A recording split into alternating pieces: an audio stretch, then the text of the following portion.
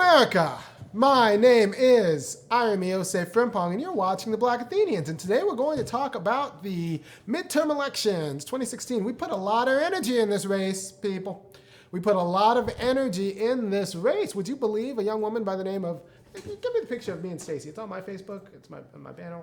We put where there was a young woman named Stacy. Hold on. How are we supposed to access your Facebook? Well, I can't access my Facebook. Other people can access. I'm in Facebook jail right now. Not even just once. Yeah, I'm a bit of a recidivist. I get in, I go in. I have cousins that go through jail like you go through Facebook jail. Yeah. So I'm doing another 30-day bid in Facebook jail for saying that we make crappy white people, because we do make crappy white people. We can make better white people, but the white people. Look, America was built. We know we've made crappy white people, and then we just thought we thought we stopped. And I'm just saying that maybe we haven't stopped. Like, because they thought they stopped. Give me the picture of the Klan in 1964. All right, so we made these. Like, these are Americans. They're born. Am I? Yeah, you're right. Yeah, good. These are Americans. We made them. The people on the right side of the street.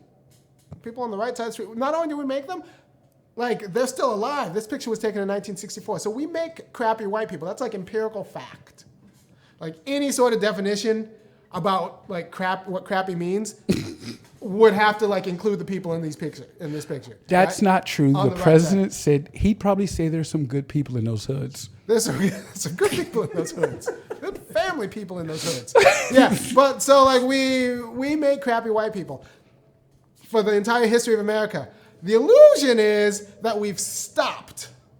I'm just saying that like maybe we haven't stopped. I appreciate you using the word maybe. Yeah, I'm thinking maybe we haven't stopped, because like why would you have to account for the stoppage? Because we know we made, this is 64. Those people are still alive. And then I read a book on the Athens Clan called Beyond the Mask of Chivalry by Nancy McLaren, and it's about the Athens Clan.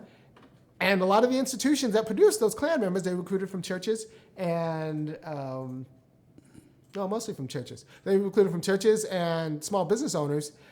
And like the small business owners are now like generational businesses in Athens, and, like because they're grandkids. It turns out Klan money still spends, and the churches are still alive.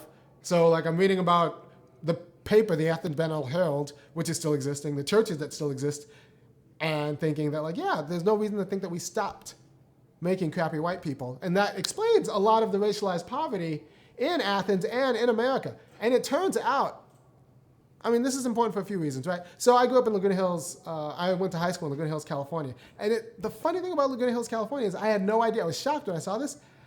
It might go, it's like in a few years, it might actually go to the Democrats. Like, it's shocking. But it's conservative in a way that a white flight county in Oconee? Yeah, for Oconee. So like it would be, for me, it would be the equivalent of Oconee County with a white flight county in Athens going to a Democrat. It would be like Oconee County proper. That would be a hard thing to get your head around, like at a congressional level. That would be a hard thing to get your head around at a congressional level. But California kicked out all of its black people, so it's easy. It's easy to flip a white district if you've gotten rid of all the surrounding black people. And I think they call it decriminalization of marijuana. I don't even know if it's decriminalization. Like, I'm just saying, DC, less black people, immediately decriminalize marijuana. Immediately decriminalize marijuana. I'm just saying, what I'm saying is it's easy to flip a Republican district in Colorado than it would be to flip like Oconee County, because all of the bad things in American politics, like we've concentrated in black communities. So to be clear, it's not the black people. It's not the black people. No, it's like the U.S. government got together and decided, let's give all the things we don't want to black people. And then be upset when they don't appreciate it. And then be upset when they don't appreciate it. And then like we need entire systems of politics that keeps it there. instead of distributing it equally among all Americans as a duty as Americans. So I've been talking a little bit. I wanted people to file in and kind of get their head around. I'm going to cue the opening, and then we'll go right into the midterm elections. Hit the beat. Yeah.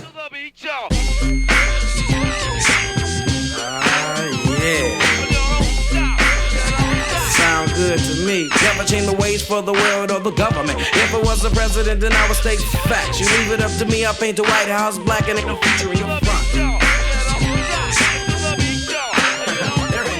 Hello. So we're going to talk about the midterm elections, and we're going to start with. Let's start with some state rep positions. All right, so there are two state rep positions, Deborah Gonzalez and Jonathan Wallace. They won. They're Democrats. We were like, yeah, we organized and won these state rep positions in a special election. This is not a real election. There's a special election. They won the special election, didn't win the general, like this real election, and it's because they never really won the seat, right? So they out-organized the Republican competition, but you can't just out-organize the Republican competition with a Republican electorate. You need to actually change and work the electorate. So they were only ever holding it warm because it wasn't close. And they weren't running against the greatest candidate, especially Wiedauer, the guy who ran against Jonathan Wallace. He was not the greatest candidate. He was lazy. But it doesn't matter when Republicans have more money, more institutions, and land, right? You don't need a great GOTV program. You don't need to be knocking on doors when you have, would you rather knock on 100, 200 doors or like be invited to speak at a mega church? Yeah, no, that's easy. And so this is important because we're going to talk about we're going to get back to those races, but now let's talk about the governor's race because it's in all the news. It's what the people want. Did you get that picture of me and Stacey? Yeah. Oh, you got the picture of me and Stacey. Did you get it with all right, so Stacey and I, Stacey Abrams and I, we've had a few one-on-one meetings, and for the second one, I knew she was coming, and I kind of sized up the place, and I was thinking, all right, so how could I kind of, just in case something happens, I had a moment with Obama. I was working at a bookstore, and Obama came in. This is in September, before his election in 2008, and I was working at the bookstore. He came in, bought some books, and someone else hit him up for a picture, and I was like, that's tacky. Let the man go. I mean, but then he won. I was like, I guess it would have been kind of nice to have a picture. It would have been kind of nice. And then he won. I was like, it would have been kind of nice to have a picture. Nah. I was like, maybe back to back. But it would have been kind of nice to have a picture. You'd be don't worry, you'd be regretting that picture right now. Everyone, no, I mean, you'd be happy you had it, but every time it showed up. I am no big fan. And I told him I used to work for you, then I left, separated from your office. He didn't know because I was just an intern and he was Obama. And I worked for him back when he was just a senator as an intern. But I said that to him as I was selling books, blah, blah, blah, blah. I snuck a little note into his books. I felt like a spy because there was Secret Service. This is a very stressful meeting for me. So there were Secret Service people around, and I'm like, I scribbled a little note that said, please send your kids to public school. And I slipped it into his John le Carre book, and I slipped it into his mystery novel, and I did, but it was all very stressful because the Secret Service were there, and I felt a lot of pressure as I passed my note into his books, and I put the books in his bag, and I gave it to him. I didn't hit him up for a picture. So with my second meeting with Stacey Abrams, I kind of cycled through all the famous pictures I could think of, and I thought of, there's this picture of King with Andrew Young. And I was like, I wonder if I could just kind of angle the table. If I sit here and she sits there, just speaking to someone, she won't know that So I did, and I got this picture. I was very curious because when I saw the picture, that's the picture it made me think of. I did that on purpose. I got a low key. I got to get my moment in history too, because I'm not going to blow it twice. Fool me once. You only got these windows, and you're black. The windows only come around once a decade. So you get the window and you hit it. You need to watermark that picture so when she wins, it doesn't end up in somebody else's thing, and they're like, "Oh, I took this picture." No, that was I did that. Was me. Yeah, no. So like King and Andrew Young, and then me. Put it big. Let the people see. Some people watch it on their phone.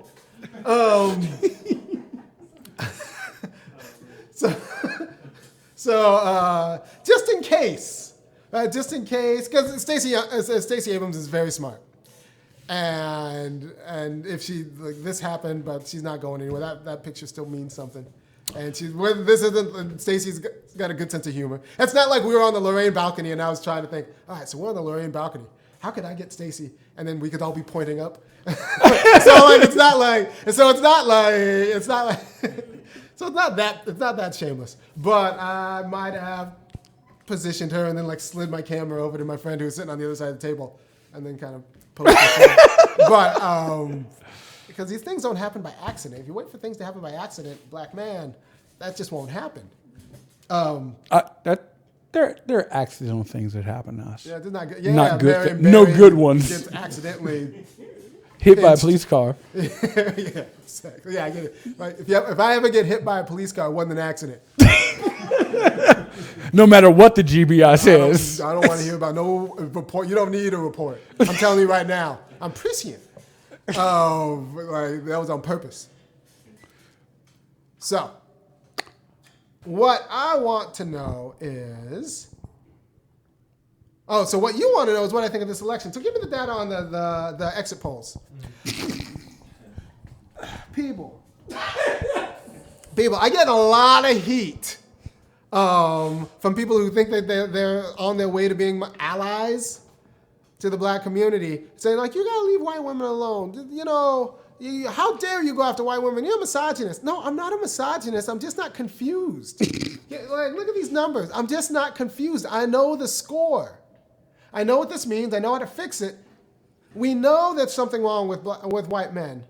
We know that their white supremacy is directly tied to their ideas of masculinity.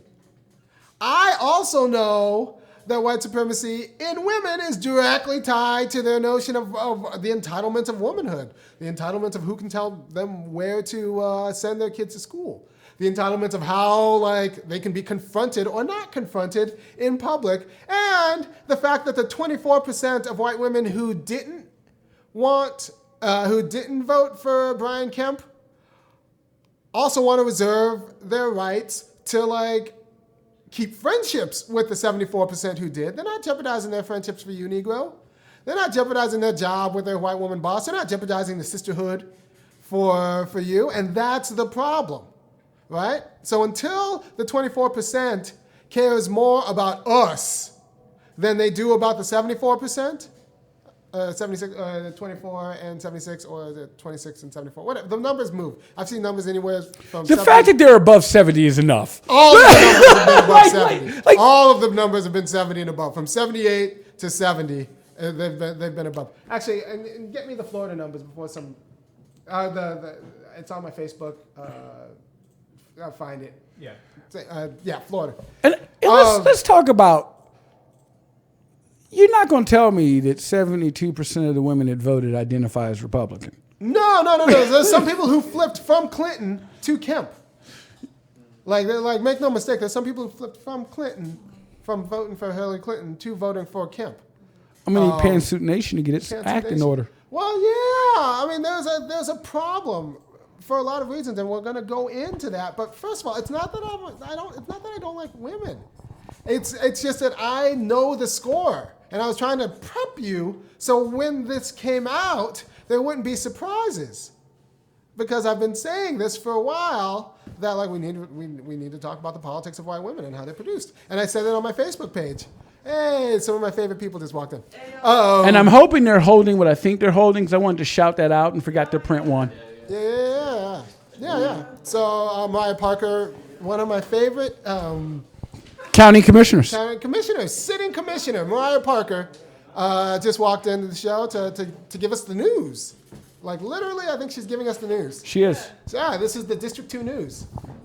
This is the District 2 news. Yeah. Mariah Parker is fantastic. And she's inspiring other commissioners. Other commissioners have talked about wanting to do this. They got to level up their game. and I'm in support of all of that. I'm in support of all that. Well, we're gonna have a whole show on her soon. Oh, okay. Sooner rather than later. Nice to meet you, but Yeah. Is that fun? Is that good? Good. all about transparency. All about transparency. All right. So this is a beautiful thing. Give her a microphone. All right. She's held the mic. Some people like. I hold the mic, yeah. Yeah, she knows how to do it. I can get you right here. Okay. I actually go over where else. All right. I'm just gonna give it. It's gonna be a quick. This will be a quick one too. Hello. Hello, Mariah Parker. Introduce yourself and your district. Yeah, I'm Mariah Parker. I'm County Commissioner for this district, District 2, representing East Athens. All right, so just 2 quick questions. Okay. One thing that surprised you good about being a county commissioner? One thing that surprised me good about being a county commissioner is the amount of people who work within the operations of the government who want to do good things, who have previously been involved in like righteous projects, but like have their hands tied for funding reasons and just like need someone who's going to actually look out for making sure they have the resources they need to do just work. Good. And as a county commissioner, one thing that surprised you that's not good. Repeat the question, I can't hear you. Yeah, okay, so one thing that surprised me in a negative way about being county commissioner is how nice bad people can be and how off-putting that is. Because you kind of come into it thinking that, well, you know who the good and bad guys are, and it's easy to hate the bad guys and like love the good guys. Whereas actually it's a lot more nuanced. A lot of the people who have passed really evil legislation are very kind. They crack good jokes.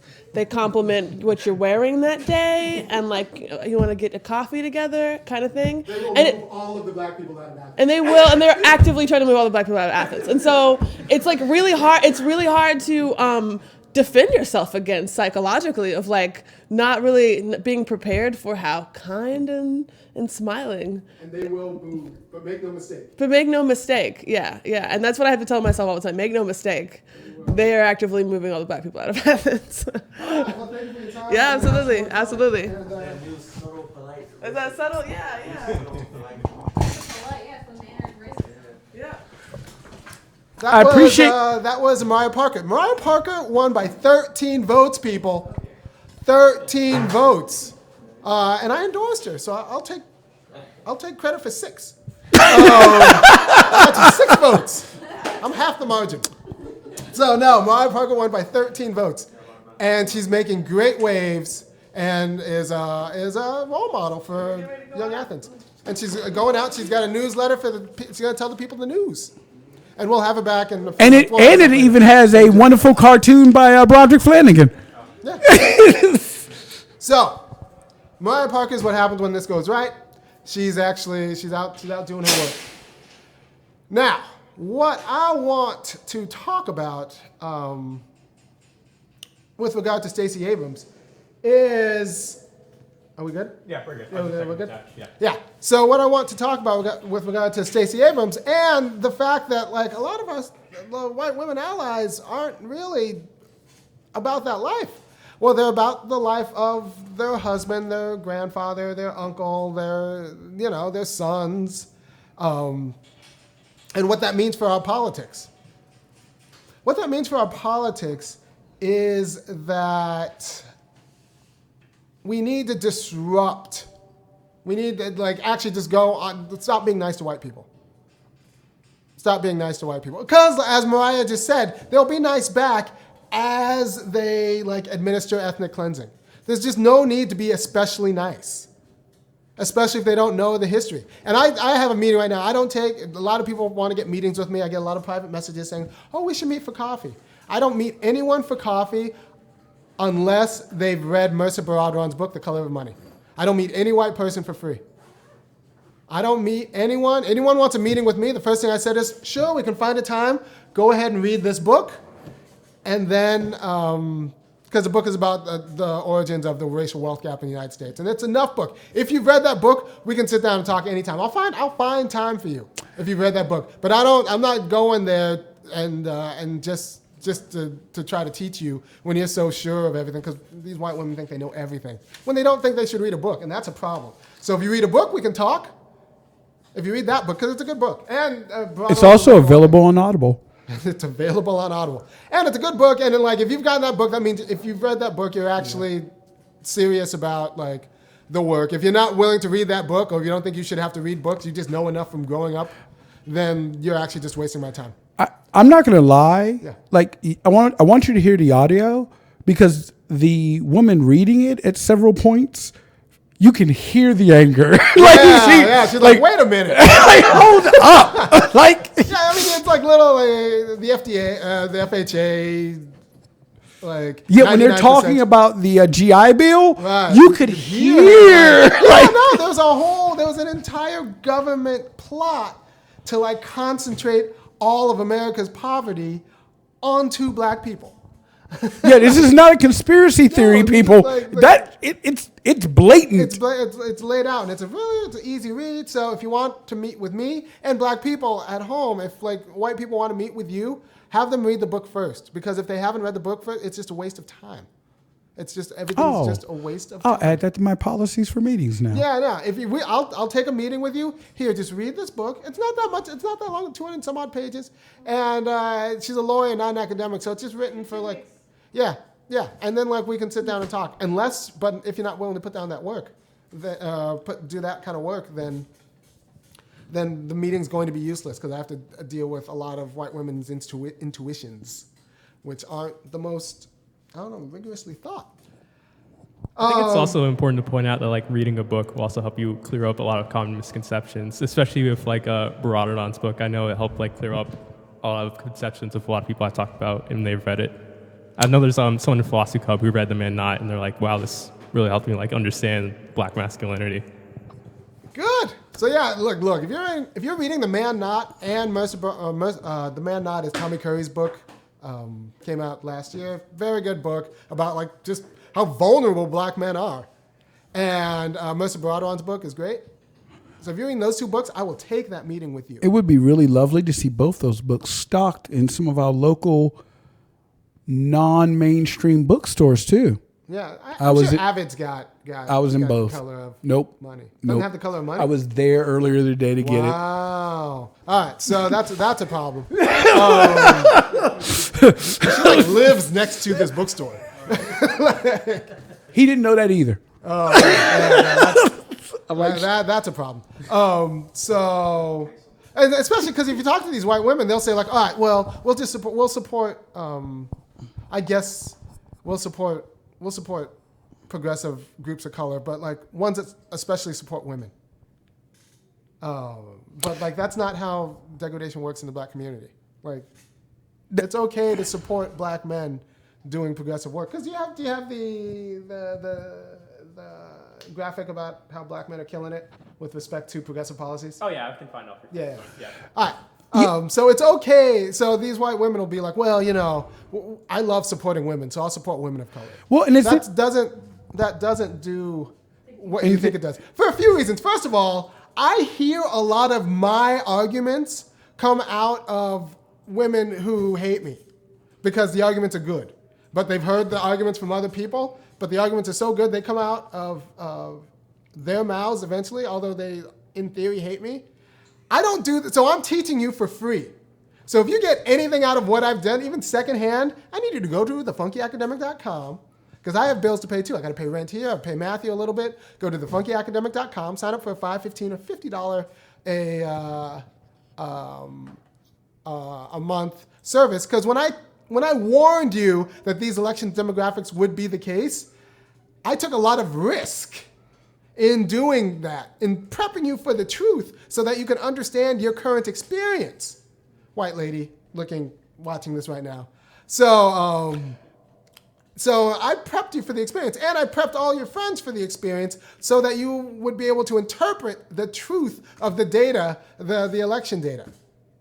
Right? So I'm going to, as a matter of justice, and thank you for helping me understand my situation, irony, go to thefunkyacademic.com and kick in a little bit of money, because I took on both the research to figure out what the problem was and the risk of actually enunciating it, because a lot of your friends aren't telling you the truth, and that's another facet of white womanhood that actually keeps everyone stupid and black people poor through the politics that comes out of it. Like nobody tells white women the truth, and expects you to be accountable to it. I did. You're welcome. And now give me some money. Yes. So, in my truth telling, I think that the Democratic Party actually needs to do a few things to go forward. It needs to start talking about labor more, organized labor. And we don't talk about organized labor in the South for a few reasons. One, that means sharing power with black people who do a lot of laboring in these United States. And two, insofar as there are feminist notions of what the Democratic Party should be, it's not particularly the most sophisticated labor politics, right? It's not the most sophisticated labor politics because if you're a conservative white woman and you're doing in politics, your aspiration is to like not be in the labor market. It's to be at home, getting your husband's whole dollar and try not to be depressed as you don't know why you hate your life. But that's your aspiration, to be in Oconee and have a moderate but not too extensive like prescription for Xanax. Like that's the aspiration and that's the realization. That doesn't yield the greatest labor politics. Now, if you're a liberal woman and you have choices, you could either become a stay-at-home mom, which there's nothing wrong with actually being a stay-at-home mom. I think we need to do some more better labor policy around the household. But I actually don't. I'm not one of those guys who stigmatizes women who stay at home because I actually think it's fine because you can do it. Or men. Or men, yeah. And in the black community, it's mostly men. Man, I told you I dropped my kid off at daycare, and when you go drop your kid off at daycare, like you'll see as many black dads as you will black moms dropping their kids off at daycare because we work sometimes. And black women work all the time. So we work sometimes because sometimes we get hired and sometimes we get fired and sometimes we get locked up. So we work sometimes, and we're always dropping off our kids at daycare. So what I'm saying is the white liberal women in the 24%, they have options. They could either aspire to be bosses, professionals, and this is what the Lean In will tell you to do. This is Bossy Pants Tina Fey's book. This is Girl Boss, the show. And there's another one, the Pantsuit Nation Culture. They're not looking out for certified nursing assistants, CNAs, or women janitors. They're not about that life. So if your aspiration is to be in a pantsuit or to be a Sheryl Sandberg knockoff, you don't care about organized labor. You're actually anti-organized labor because you think, well, these women should have worked as hard as me and they'd be able to wear a pantsuit too. So for a variety of reasons, feminist politics is bad labor politics for a variety of reasons. Because the aspiration is not Norma Ray, right? Or even Rosie the Riveter. I had no problem with Rosie.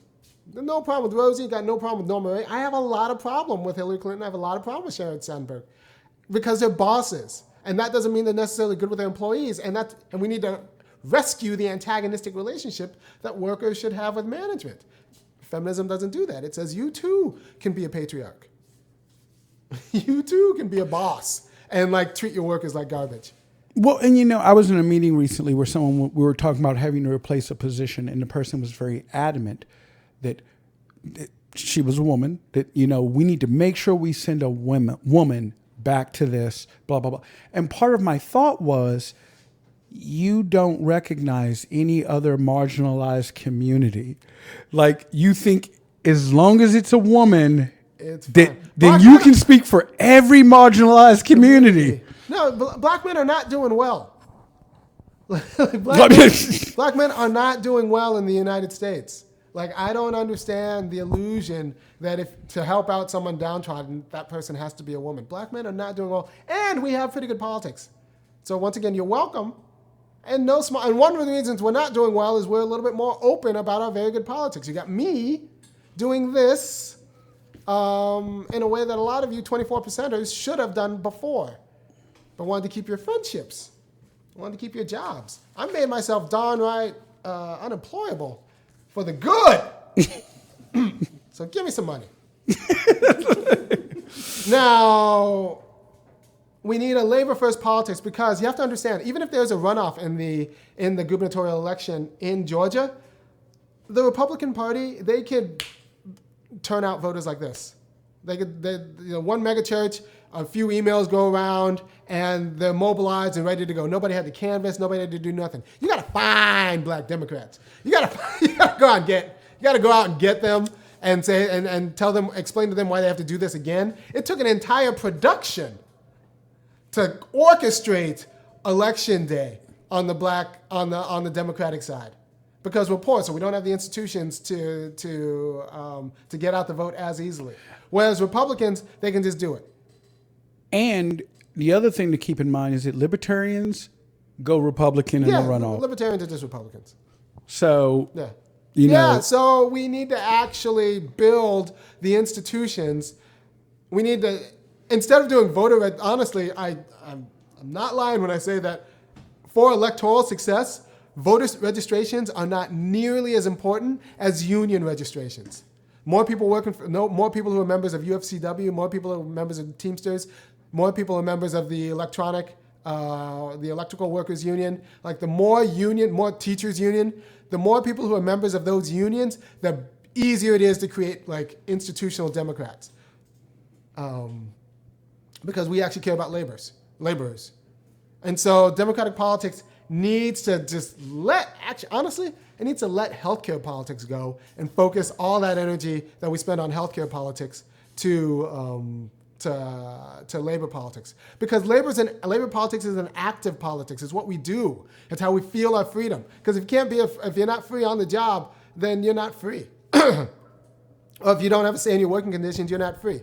Healthcare politics is a little bit different insofar as that's still a politics of fear. Nobody lives in order for the sake of being living. You just want healthcare politics so you don't aren't subsumed under the healthcare bill. You don't the ambulance bill or whatever bill you come. That's not like freedom. It's insurance, and that's a difference. So nobody gets really excited about healthcare. Sure, they don't want. No one gets excited about healthcare until they need it. Nobody gets excited about healthcare until they need it. Everyone knows that they're going to work. And they want working to be like a dignified profession. Yep. I want to be an employee, not a slave. And there are lots of white employees who make good money and have good benefits. So we need to create employees, and you do that through labor and make work at a place of dignity. And that could be, and you tie democratic politics to the dignity of work and the freedom that comes from working a good job at a good wage where, preschool teachers are making $25 an hour and certified nursing assistants are making $20 an hour. And if you work, you get your time off, you get your vacation, you get your good wage. That should be what the Democratic Party stands for. And if you just do healthcare, I don't know. If we really cared that much about healthcare in America, we'd eat better. We'd exercise. No, healthcare only matters when it goes poorly. Work and activity is what we do for life, for a free life. So, And, we talk about healthcare a lot, but let's think of it in terms of quality of life. Quality of life. If you have a well-paying job, you're less stressed. Heart conditions get aggravated by things like that. You actually just overall have a better quality of life. That means you need less services from the healthcare industry. Exactly. So in terms of quality of life, I'm speaking from personal experience. Yeah, in terms of quality of life, your job probably matters more than your bennies. Yeah. Yeah. By far. In terms of quality of, if we actually want to increase people's quality of life, feelings of freedoms and activity in life, we got to be the party that fights for workers, not bosses, workers to get paid good wages and have a say in their working conditions, so they're not slaves when they go to work. Because you can't be politically independent and still be dependent on some man's check. And that's why I appreciate that movie. Sorry to bother you. Sorry. Yeah, the storyline's a little bit weird. Sorry to bother you. All right, so sorry to bother you. They don't have a microphone, so they didn't hear what he said. So sorry to bother you just came out. It was a legit black movie, and you don't see too many 100% black movies and 100% labor movies. And that, besides 10,000 Black Men Named George, and which is actually a pretty good movie. But legit black movie, legit labor movie. Sorry to bother you. Boots Riley. Boots. I think it is Boots Riley. Boots Riley did it, and it's really good because it's a little bit like art-y, and it's like an art movie. It's legit black, legit art movie, and legit labor. I'm gonna feel really bad. I missed this in the theaters. You're gonna see it. You're gonna see it. And be like, oh, that was all three of those things. It's a little bit weird. It's a little bit weird, but one thing it got right with all the stress, with all the stress in keeping rent and keeping your job. It suggested that like in the middle of all of that stress, when you're watching the rent go up and your job's being a little bit precarious, prison doesn't look that bad. Or a prison-like situation where you get 3 hots in a cot. 3 hots in a cot. 3 hots in a cot. Like, it doesn't look that bad. And sorry to bother you. I actually played with that in a very, like, sustainable way. Like, life on the outside is stressful. If I get on the inside, I don't have to deal with the stress, and, like, life's a little bit more stable. I can lay around and read books all day. Well, I'm just saying. It's just like, I mean, there are, having been... there are drawbacks. There are drawbacks, but, like, it's glad that it, like, clarified how stressful life on the outside is for black communities too. Yeah. In the way that makes life on the inside, like, I don't know. So we needed a labor politics that makes life on the outside better. I want to say, I think the other mistake Democrats made is that Republicans have created a social environment. Democrats show up when they need votes, and they need to learn to build communities. Right, and institutions. Like I said, if there's a runoff, Kemp wins just because Republican voters can be activated like this. Like the theater that went, and you had Oprah coming down shaming black people into voting. What is this idea that shaming works? Okay. Owe it to people. No, black people. Do you have did we get the picture from Florida? No, I couldn't find it on your Facebook. You couldn't find it on my Facebook. Anyway, it turns out, so in Georgia, I've been getting heat because only like 86% of black men, or 87% of black men voted for Stacey Abrams. Whoa. Like, hold on. We're getting trouble for all 6%? Yeah, but 86%. 86. They're like, that should be up to 94.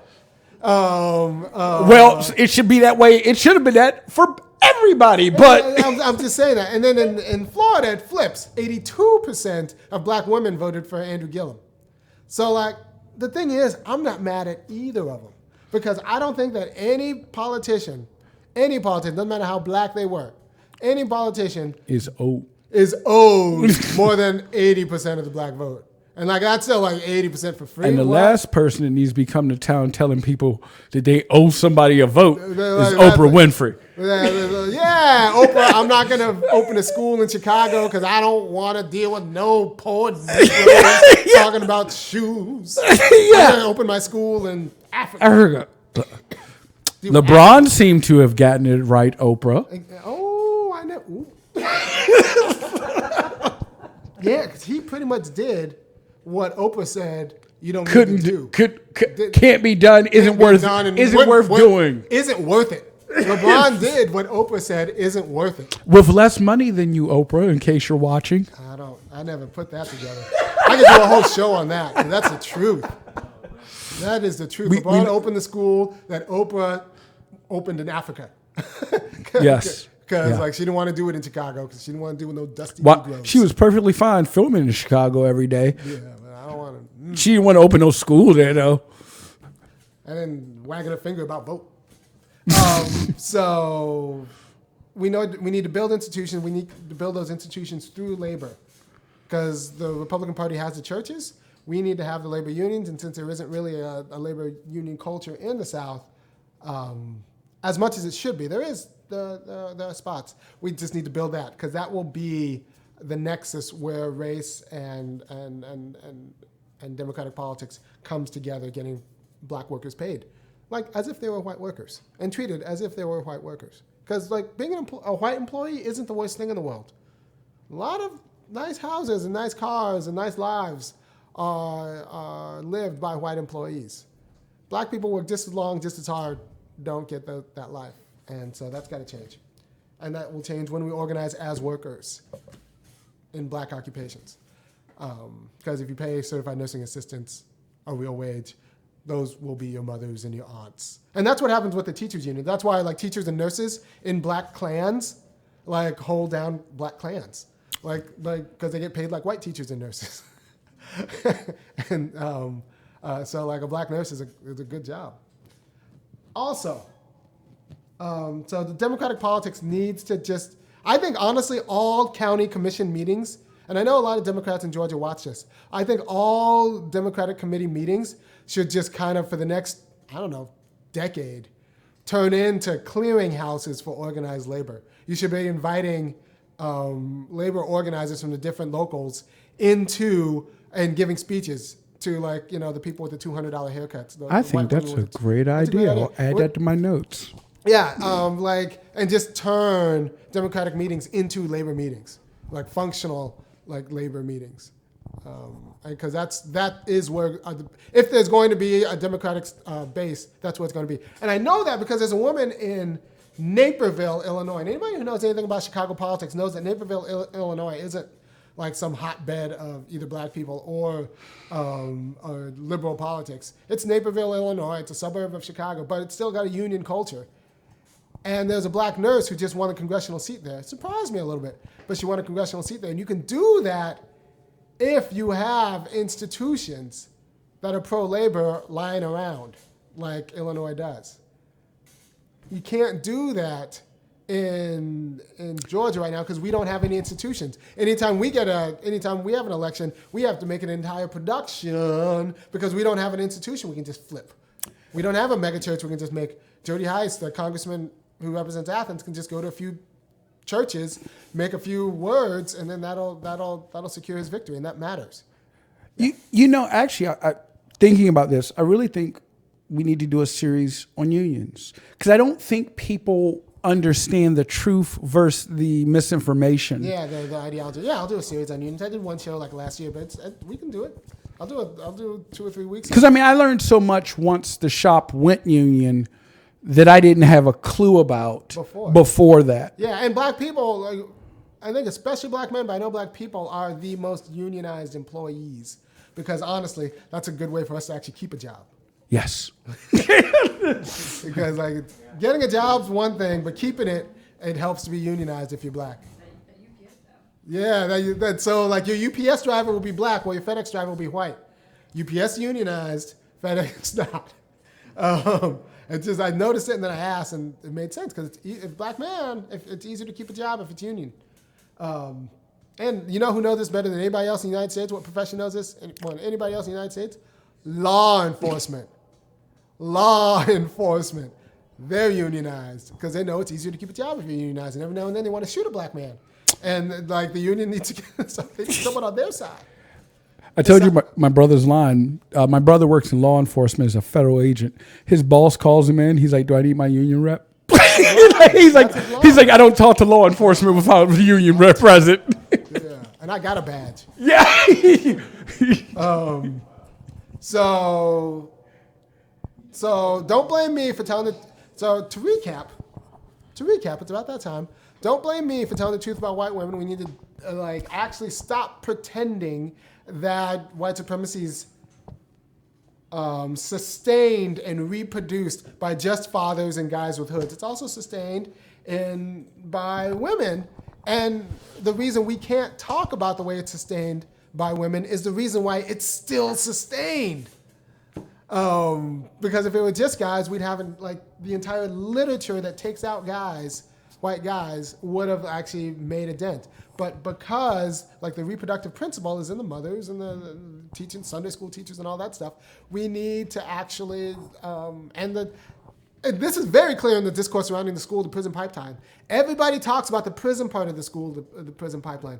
No one talks about these white elementary school teachers disciplining black boys disproportionately. Nobody talks about the school side and what's going on in the psychology of all these white women, school teachers who find a reason to not discipline, Becky, but are throwing Jamal, are stressing him out for all sorts of reasons. I will say, and can we also just get rid of this idea that the racism will die off? That's not going to happen. It won't die off. It will not die. Racism will not die off. It's structural. These structures don't live and die like people do. In this book, The Mask of Chivalry, Beyond the Mask of Chivalry, it's the same institutions that have been here that drove the Klan that are still. Institutions don't die like people do. They live and die differently. Hobbes got this correctly. They live and die differently. And so you need to dismantle the institutions. I've said this before, we need a Moynihan report about the white family. And because it's deficient. And it creates results like this. Give me the results again. The white family is deficient and it reproduces results like these. And that's a problem. And this is a white family thing. And we need to kind of go into how whiteness is reproduced by the white family. And there's this excellent article by Dreama Moon about white enculturation you can read. But we need a Moynihan report. And we also need to go right at the white church. Just go right at the white evangelical church, because that's just an incubator of anti-black policy. As Mariah suggested, might be very polite. And they might have very big manners. Not going to stop them from perpetrating a genocide. Everyone always says, you go to the archives on the Nazis, very polite, well managed, shaved, said sir, opened up doors, and then as they administered the Holocaust, and they learned that from watching us. Goebbels sent his people over to the U.S. and saw how the Southerners managed black people, and then made some tweaks. So we need to go out their churches, we need to go out their families, we need to go out their schools. And that's on the attack. In terms of defense, and internally, we need to turn this party into a labor party. Labor first. And people are going to say, that's not in the culture. Well, we need to change that culture. And that's what I do right here. If you like what I do right here, go ahead and give to www.thefunkyacademic.com, because it doesn't cost free. And like I said, I'm making myself darn near unemployable for you. And for us, because I can't be free unless my people are free, and I want my daughter to be able to date someone whose parents got a job, when she gets to high school. So I have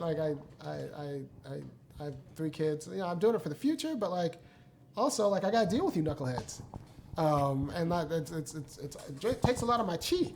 So if I make you a little bit better, we could all be more free and honest with each other. And before you say Amy, don't talk about white women like that. How honest can you be with the white women in your life without it jeopardizing the friendship, without it jeopardizing the relationship, without you worrying about them being somehow retributive in a way or lashing out in a way that is disproportionate? So we've enculturated a culture of white womanhood that makes them hostile to the truth and lash out in the face of the truth in the way that's different than what we've done with white manhood, who will hear the truth and just be okay, well, yeah. It's different. It's a different problem. There won't be tears and weirdness. You can go at white guys in the way you can't go at white women, and that's how white supremacy reproduces itself.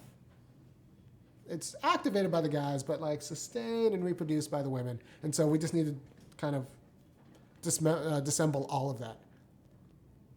And thank you for your time, and I'll see you next week where we'll do a different show. Peace.